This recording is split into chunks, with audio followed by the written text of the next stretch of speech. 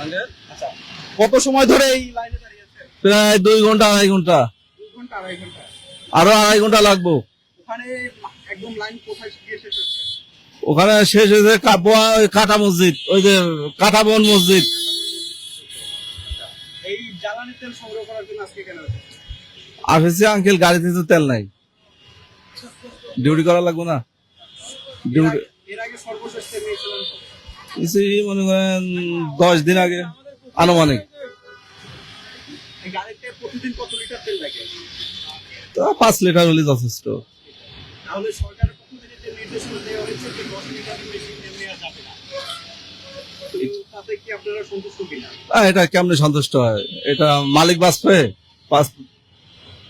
Duty করতে হলে maximum প্রতিদিন আপনার 5 লিটার চলে গেলে ডেলি ডেলি লাইন দেওয়া যায়? ডেলি ডেলি লাইন দেওয়া সম্ভব না। আর রোজার দিন, আমরা তো রোজা, তারপরে নামাজ পড়বো, টাইম নাই। আর এই গরমের মধ্যে অনেক সমস্যা। এই যে রোজা রেখে লাইনে দাঁড়িয়েছেন তেল নেওয়ার জন্য, এখন আপনাদের কেমন লাগছে? 1.5 ঘন্টা যাবত ধরে আছেন। দেখেন, খারাপ লাগতেছে না? খুব খারাপ লাগতেছে। ডিউটি দিয়ে যাবো, একটা সমস্যা না? এই সমস্যা কিরা দেখবে? দেখার কেউ নাই। এক সরকার যদি দেখে, দেখলো, না দেখলে আর কেউ নাই।